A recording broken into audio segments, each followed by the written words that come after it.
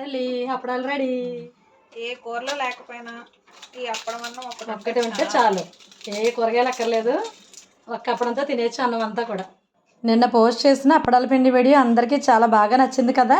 చాలామంది మాకు తెలుసు, మేము తింటాము, రెసిపీ చాలా బాగా చూపించారు అని చెప్పారు. తెలియని వాళ్ళు కొంతమంది అక్క అప్పడాలు ఎలా చేయాలో కూడా చూపించండి అని అడిగారు. అప్పడాల పిండి ఎలా కలుపుకోవాలో నిన్న వీడియోలో చూశారు కదా. చూడని వాళ్ళకి టైటిల్ దగ్గర వీడియో లింక్ ఇస్తాను, చూడండి. అలా కలుపుకున్న అప్పడాల ముద్ద ఒక గంట సేపు నానిన తర్వాత ఇలా ప్లేట్లో నువ్వులు వేసుకొని అప్పడాల ముద్దకి నువ్వులంతా బాగా పట్టేలాగా అద్దుకొని మనం చపాతీలు పూరీలు చేసుకున్నట్టు అప్పడం కూడా రౌండ్గా వచ్చేలాగా మెల్లిగా ఒత్తుకోవాలి. చూసారా నువ్వులు అద్ది చేసిన అప్పడం ఎంత బాగుందో.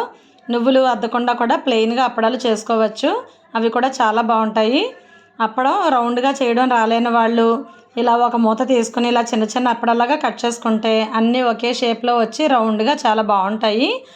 మిగిలిన ముక్కల్ని మళ్ళీ కలిపేయకుండా చిన్న చిన్నగా కట్ చేసి ఇలా చిప్స్లా వేయించుకోవచ్చు. ఇలా చేసుకున్న అప్పడాలన్నిటినీ ముందు ఒక పూట అంతా కూడా ఇంట్లోనే ఫ్యాన్ కింద విడివిడిగా ఆరబెట్టుకోవాలి. కొంచెం ఆరిన తర్వాత మేడ మీద ఎండలో ఆరబెట్టుకొని పైన ఒక దళసరి క్లాత్ కప్పుకొని రాళ్ళు అవి పెట్టుకొని ఎగిరిపోకుండా జాగ్రత్తగా అప్పడల్లా తడి అంతా పోయేలాగా ఎండబెట్టుకోవాలి. మేము అప్పడాల్ని ఇలా స్టవ్ పైన కాల్చుకొని భోజనంలో తింటాము. ఇలా ఇష్టం లేని వాళ్ళు నూనెలో వేయించుకొని కూడా తినచ్చు. ఎలా చేసుకున్నా కూడా ఈ అప్పడాలు చాలా రుచిగా ఉంటాయి.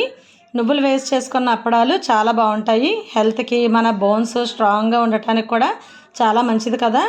అప్పడాలు ఇలా ఇంట్లోనే హెల్తీగా చేసుకోవాలనుకునే వాళ్ళు ఒకసారి నేను చెప్పినట్టు ట్రై చేసి ఎలా ఉందో కామెంట్ పెట్టండి. అప్పడాలు రెడీ. రసం అన్నంలోకి, పప్పు అన్నంలోకి, పప్పుచారు అన్నంలోకి, అన్నింట్లో కూడా ఈ అప్పడాలు చాలా బాగుంటాయి.